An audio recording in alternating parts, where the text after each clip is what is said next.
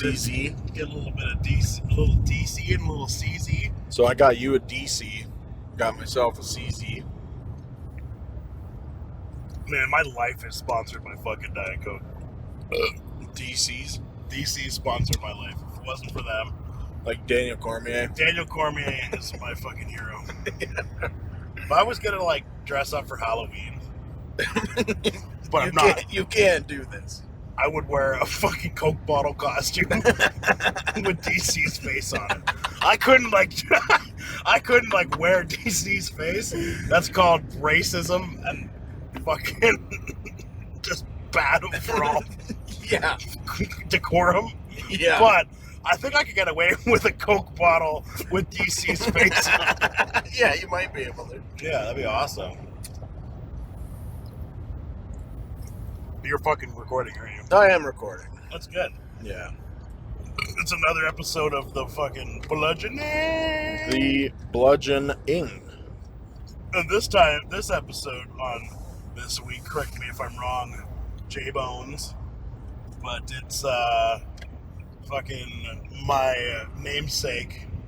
Not really, but Well, it's my co-name.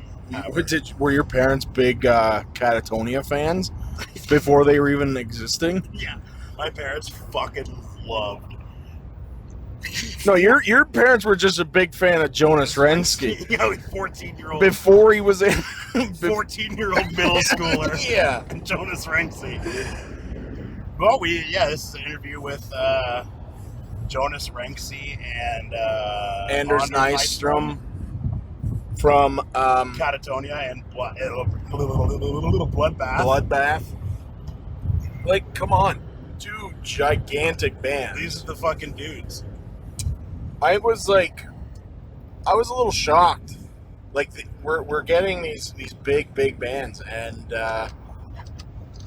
it felt very surreal. It was today. very surreal. This one was.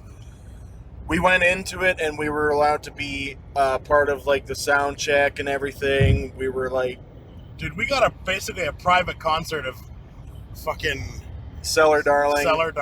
Yeah, they basically, their sound check went on, and they ended up playing just 2 songs for like 12 people, and we were in there. Man, they had catering. Yeah, we got hooked up with catering. Catering. The tour manager Dan, like, what a fucking nice guy. Yeah, man, best tour manager of the years of us doing this, man. Fucking Katatonia's tour manager Dan is the fucking man. Awesome.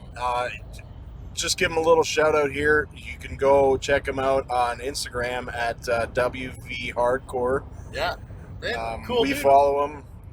Yeah, it was awesome. Cool, dude. It was fun to chat with him too. Actually, about some old school. I'm a big hardcore fan too, so it was fun to talk about. As soon as he said he was from West Virginia into hardcore, I was like, "So, you a Zao fan?" Yeah. And we were able to bond on that, so that was pretty cool. Yeah. So shouts out to him for being a real one. And I didn't know he does the 1s and 2s for Katatonia. For the sound, yeah. And he was crushing it. Sound ain't easy to do at the Opera House. You know, I've noticed. I mean, I've never done it, but it sometimes can sound like fucking ass. In that place. So he did a fucking commendable job. Oh, it was. Do you know who else was a fucking? The only other time I've noticed a sound guy there was Omnium Gatherum sound. Sammy, Omnium Gatherum sound guy. That guy crushed it too. Yeah. It's a very cavern. I don't know what it is, but the sound is echoey. Sound bounces off the back. It's so echoey in there too. I mean, I love the venue. It's the fucking. It's one of those venues that the sound is better when it's full. Oh, like for sure. Like it's kind of bad when it's empty because the sound just bounces around. It's like the Danforth like that. Yeah. It doesn't have very good sound dampening on its own, but with a full crowd, it really helps. And the Ocean Collective was playing tonight too. Yeah, German. Just like a revolving door. Would you say? Like, I don't know. I don't really know a whole lot about them, honestly.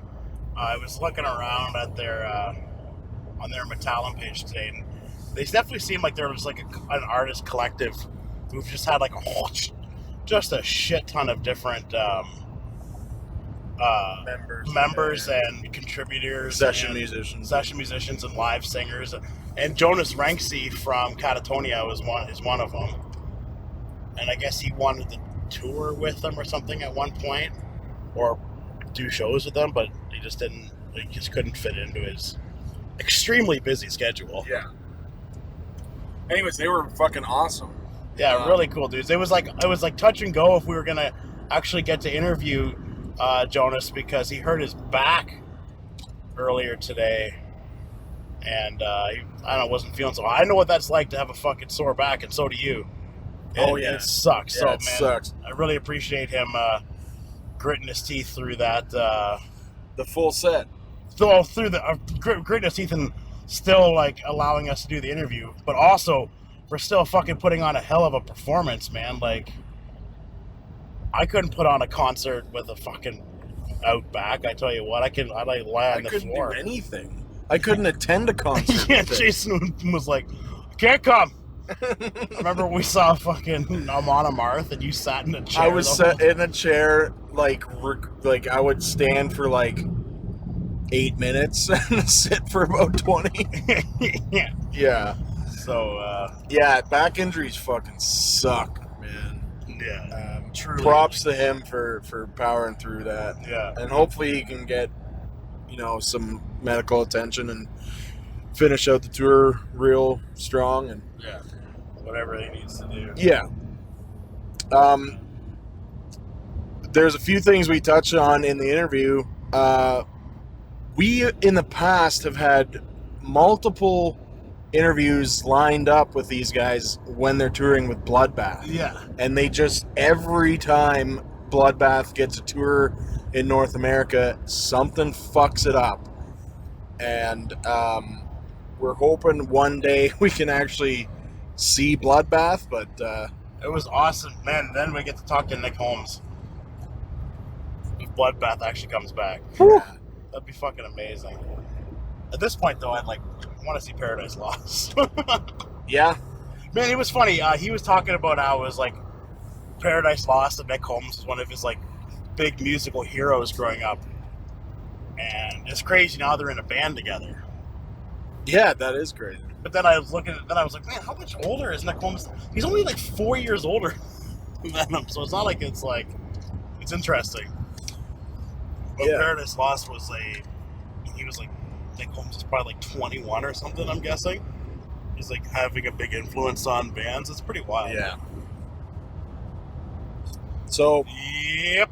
the one thing that did come up in the interview was Katatonia being at Mystic Fest last year, which that was pretty cool. They're coming out with their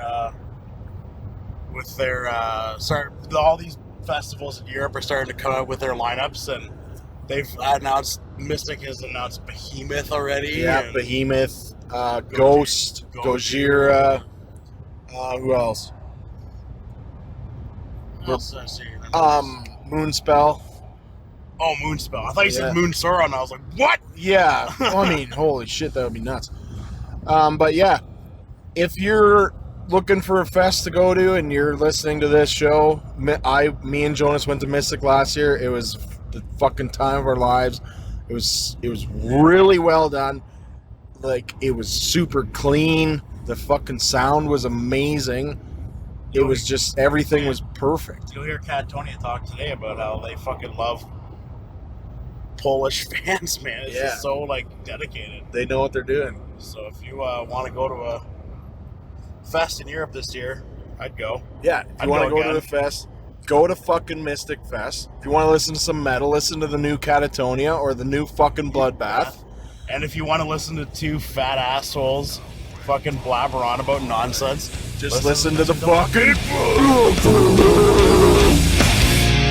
me up, slice me apart, suck my guts, say at my heart. Choke me up, I like to be hurt. Drink my marrow and blood for dessert. My one desire.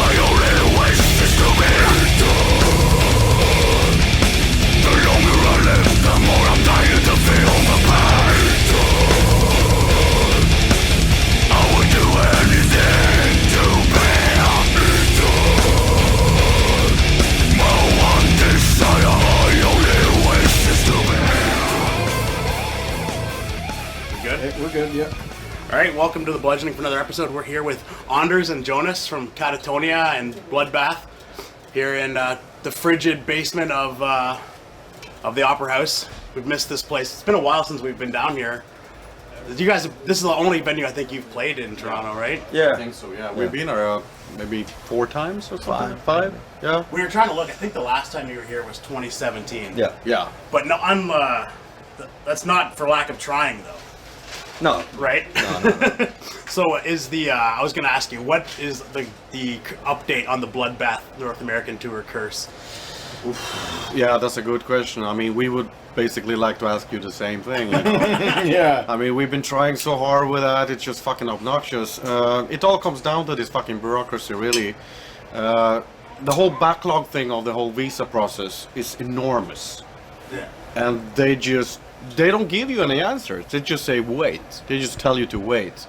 And then it's just, then times runs up, Yeah. So it sucks. And then you gotta stand in line and wait for an answer, and you lose all this money, and you then gotta repeat the process because all those dates were canceled, So we just gotta try, keep trying, and I hope that fucking visa backlog thing, I think they're gonna, it's gonna clear up now eventually, It's so weird that, half of the band is in Katatonia, and you guys had no problems coming. Yeah. We don't really know the answer to that, but we thought that maybe You because... guys aren't experts on No. bureaucracy? Not yet. You think after 30 years touring, you'd be getting pretty close to experts. No, but we started thinking that maybe it's because Bloodbath had people from 3 different countries. Maybe that becomes some, bureaucracy. Yeah, definitely. Well, I don't know if you know the guys in Rod and Christ at all, but they just couldn't get across the border for a show because the border guard didn't like the name. Ooh. Yeah. Yeah, but And he that, told them straight up. You're in their mercy. Totally. I just don't understand how you can cost thousands of dollars in revenue for the band, for the promoter, for the people, for the bartenders, for everybody. It's Pathetic. Yeah, if you look at it in the big picture like that, it's silly as hell. But I mean, for the record, I hate border control. I hate them. The borders, I hate them. They're a pain in the ass. has it gotten worse since Well, it COVID? depends on when you cross, actually. You should, you shouldn't. Yeah, I mean, we cross usually in the mornings. There's no people there, no line, nothing waiting. No. But yeah, it usually. I mean, actually one time when we were going into Canada, they wanted to open up all our fucking guitar pedals. They wanted to literally unscrew them. Oh my God. And I was saying that that's gonna take you at least 2-3 hours just to get that off. To get the lid off. And he's like, oh really? And then he stopped. And you're just like, please don't fuck with my shit. Exactly. Yeah. We can stick with Bloodbath for a while. You just had that new album come out just a couple months ago. Is there a plan on touring that? I mean, we just talked about that, but it's crazy that having 2 albums come out really close to each other. How do you promote one versus the other?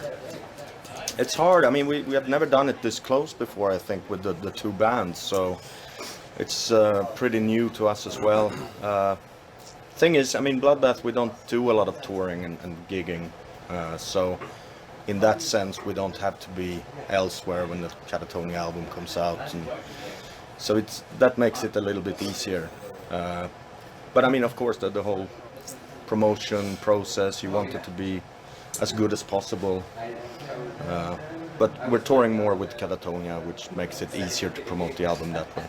Do you think ever there will be an opportunity for, like, in the festival circuit, maybe Bloodbath and Katatonia do the same festival, or?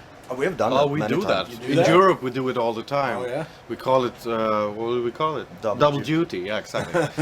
We do it all the time because it makes sense. If you're already there at the location, you got half the band already there, right? Yeah. So we just fly in the other guys and they join us for the next day. So we usually do that at the European festivals. So that's doable, totally, and the way I prefer it, actually. And the promoter tries to only pay you once, right? They won't get away with that. Do you like to view Bloodbath as like your fun side project that you do just to keep yourself happy, like your stress-free project kind of thing? Yeah, definitely. I mean, it started out as that. Yes. Exactly that. And then we just kept that kind of spirit because it's something we love. Death metal is very close to our hearts, and that's why we keep doing it. Yeah. Even though in the beginning it was just a very, very loose, fun project.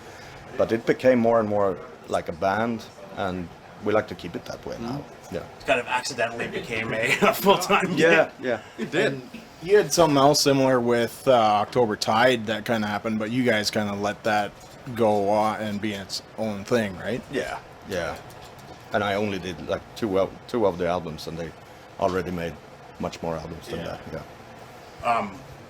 When you write Bloodbath songs, are you just using it as, like, okay, when you write your Katatonia music, it's very melancholy, very sad, very depressing. Do you kind of get out of that sometimes and be like, hey, I need to get out of this frame of mind and write some fun songs about guts and blood and torture? Yeah, it's a nice break from... I mean, Katatonia is much more of a emotional investment when it comes to the whole writing process and the creative process. Bloodbath is just pure fun because you can, you can even like steal some stuff from bands that you like and make it your own. And with Katatonia, you can't really do that. It's way more sensitive. Yeah. Way more strict. I mean, everything's possible with Bloodbath. You can knock anything out any time of the day, really. You don't have to be in a certain mood or anything. You just have it within you. It's like a default, a ready mode, which that's why we enjoy it so much. I mean, it's easy to get a jam going and just have fun with it. It's always fun with Bloodbath, actually. You guys have put out you must be constantly writing with the amount of music you put out. I read in an interview that you throw out more songs than you release, and I can't fucking not believe that really, because but- you write so many fucking songs. No, maybe in the beginning it was like that, but now, I mean, I try to write all the time because I think it's what I do. I still think it's very fun, and it's good to be ahead of schedule if you can. I mean, if someone says make a new Bloodbath album, have it released in 2 months, then it's good to have a few songs lying around. Exactly. You're filling up these folders on your computer with kick-ass riffs. Yeah. Just dive into that and start the Tetris process. That's what you do. Is what the sound of Katatonia is now, is that what you always dreamed the sound would evolve into? Is that what you wanted to do when you were first starting, but you had to like hone your songwriting abilities? I mean, when we started, we wanted to sound like we did when we started. Definitely. Yeah, and now I don't think we would totally understand the style that we're doing now. when If we you were- would say that to us 30 years ago, so fuck off. Yeah, no way. No way, man. This is our sound. Yeah. Really? Wow, What, yeah. what was that? What were you like? What was 17-year-old Anders pumping at that time? Well, I mean, at that time, I was quite open-minded for being a teenager. I mean, usually in those days, you're very rebellious and narrow-minded with metal music and all that, but still had an open mind. Doesn't though. change. No, but I still had quite of an open mind. So even those on the, back in the days of the first album, we brought in influences outside of metal. Yes. That's probably what made us stand out and made us unique at that time. Because everyone was just into Metallica and Iron Maiden and all the death metal bands, and we were seeking more further into the gothic scene and stuff like that. Well, Brought I that think in. it's a very obvious Cure Yeah, influence. Exactly. Yeah. So Yeah. no one understood really that aspect of it all, but we did. Was it cool to listen to the Cure and like metal back in those days in Sweden? I didn't know anyone who, from the metal community, no one did that. No one. The Swedish death metal scene now is like famous from those early days. Did you guys actively kind of rebel against that with your sound? Like you didn't really, like even the Bloodbath stuff is way more like American style death metal. Well, I find it In my- kind of jumps back and forth It between does, your yeah. albums. Yeah. It does. It does. One album yeah. would be more Swedish, Yeah. one would Yeah. be American. Yeah. No, we didn't actively rebel against, but we wanted something else. You didn't- wanted to stand apart from Yeah, everything we didn't else. just want to be another Entombed copycat. Right, like everybody else was Yeah, trying to at do. the time, yeah. So we wanted to bring in, I mean, we were listening to, as Anders said, some Cure, Fields of Nephilim. Paradise Lost was a big influence back then, which wasn't that... Did you see yourself being in a band with Nick one day? no, we would yeah. Crazy too. that would have blown your mind. Yes. Would that have blown Michael's mind too? Yeah. Oh yeah. Do you think you'll ever drag him back into a band? No, working together? it doesn't really look like that. And I think we fulfilled those shots already because we did already ask him back once, you know, just to help him out. We did this Unblessing the Purity EP, 2008, something like that. And at that time, we actually had to phone him while he was driving, saying, like, "Where are you?" And he's like, "I'm on my way home from a fest." I was like, "Can you make a little detour? Come by us, sing a little bit." yeah, yeah, and then he stayed in the band for another couple of years. Exactly. We were at Mystic Fest this summer and saw you guys Okay. in Poland. Yeah. And we saw them open Yeah. right before you guys. And he was cutting jokes about you the whole show. Yeah. I think he knew that you weren't there listening. So Yeah. No, he always does. Yeah. when do you guys have a bit of a connection with Poland? Because it was the only real show you played there in Europe this summer, and then you went to Australia for one before, Yeah. and then did a bunch. Yeah. It was like a warm up thing for your later festival gigs. Because I know you recorded a live album there too, right?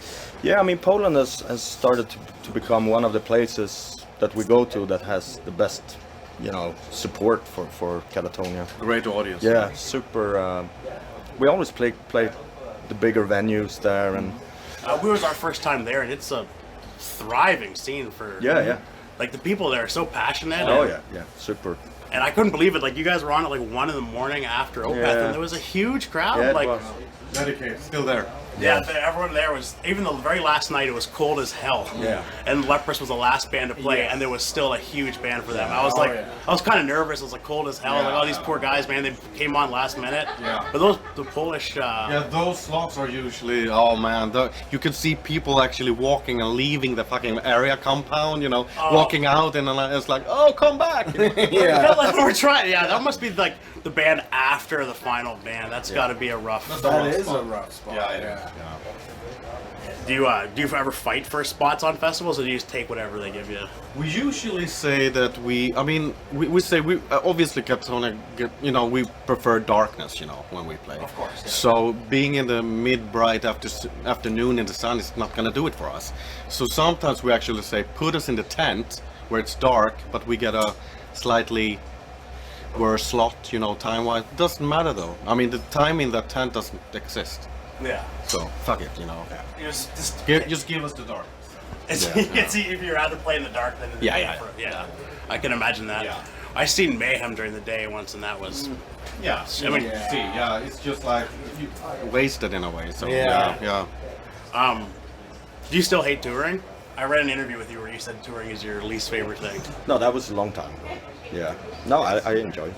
'Cause I saw you guys flew all the way to Australia for one show this summer, and then Yeah, came it was, all the way back. That must have been brutal. Yeah, it was brutal. It was even to Tasmania, so it's even a little Oh my further. God. Yeah. It's a two-hour flight from other Sydney. point of, Yeah. They've the planet.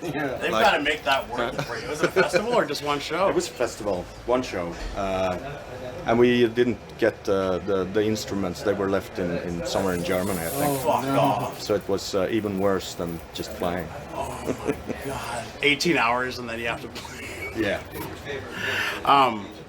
What is your melancholic music inspiration? Are you still searching for that? I mean, Because I read this interview with you from like 2007 today. That was like, you were just very poignant in this interview talking about your endless search for melancholy. yeah, in a inspiration. musical Is that still sense. something you- Yeah. In a musical sense, definitely. I mean, it's the kind of music I've been attached to since I was a kid, basically, and I'm always on the lookout for something new to listen to that sort of tickles my inspiration and also the comfort in finding something that you can listen to with great passion. So Do you find that it affects your mental health in a negative way, this constant search for sad, melancholy music? no, it doesn't. No. It's more of a creative way of finding stuff to Would you sort of say maybe even therapeutic? a little bit, maybe. Yeah, I haven't really dug that deep, but it You could haven't be. analyzed yourself? Do you think that you reached your limits of your abilities with death metal, and that's why you were like, I'm gonna fade towards more progressive music? Like, you're just It's death metal's beneath your songwriting. Do you think? No. I mean, it's maybe Because we were talking. Let me explain what I mean. On the way up here, we were thinking about some of like the best, what we thought were some of the best songwriters in metal, which were you, Michael, Ishan, and Ivar Bjornsson. Yeah. And all four of you started off in extreme bands and faded more towards progressive music. Is that? I mean, I'm sure you find all those guys to be contemporaries as well, but did you always think that prog music is more my skill level? It's like, Was it intentional, or was it kind of more of a progression? really. No, I mean, we have never been like. because it all happened at the same time. Yeah, I know. We haven't really listened to prog music as much as those guys. No. Probably. We're just a little bit by accident. I think we became more progressive because we like to experiment and we like to push the boundaries a little bit. But Yeah, I we think never. it's about the challenge we Yeah. see in that music. It's like exciting and new for us as well. So it just takes us somewhere where we feel like, oh, we got some stuff to explore here, and you know, it motivates us actually to do that. While the death metal thing doesn't motivate us in the same sense, you know. But we've done it already, and we love those years. They were great, you know. Right. But here is where we are now. You take a lot of.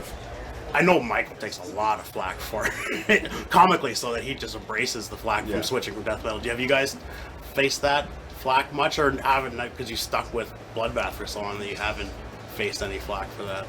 Not really. Don't think Just so. a little bit back in the 90s Yeah. when we just made the transition from the growling thing to the clean vocals. But that just lasted for a year or so, Yeah. you know. And then everyone kind of joined in and it's like, oh, you know, I like the new stuff. I dig your new stuff. Now they actually refer to that style as the old style. Yeah. So it's a little bit like, this you new know. stuff you've been doing for way longer. You were Yeah. kids when you did that stuff, right? So it's all in chapters for me. So, Yeah. Do you still have a recording studio in your? Yeah, I do. I read that Blackwater Park was recorded in your house. No, it was. I recorded a bullshit? few. Yeah, I recorded a couple of B-sides. It's like all over the internet. Blackwater Yeah. Park recorded in Jonas's it's not. basement. It's.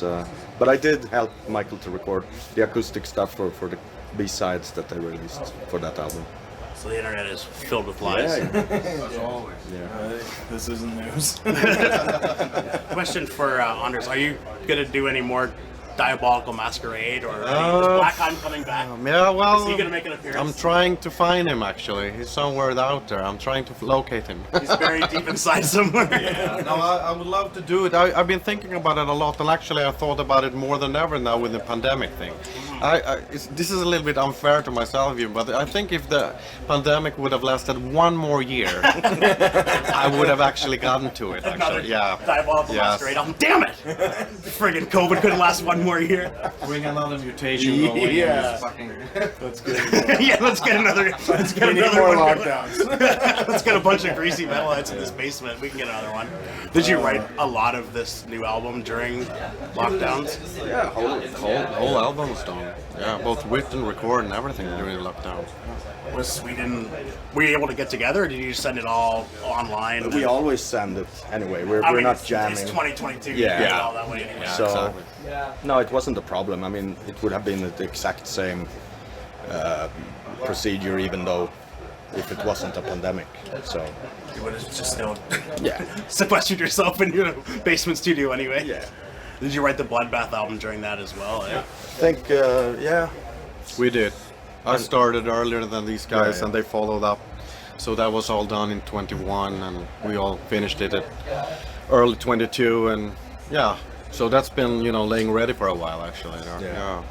It was harder to record than the Katatonia. Oh album, yeah. because there were a lot of, and we wouldn't have to get Nick to Sweden to sing, and we found a small window. Yeah.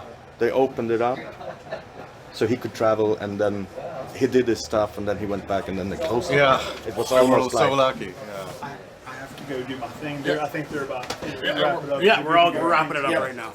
All right, thanks a lot, guys, for sitting problem. down with us Thank you. here. We're big fans of all your music for a really long That's time. great. So Cool. Hopefully you guys get around with Bloodbath soon. oh yeah. Yeah, We'll figure it out. Yeah. I'll kick some fucking bureaucrat's ass. I'll fucking go kick Justin Trudeau's ass myself. All right. Thanks, guys. No Thanks, problem. guys. Cheers. Have a good show. Yeah, thanks. Yeah, we will. Thanks.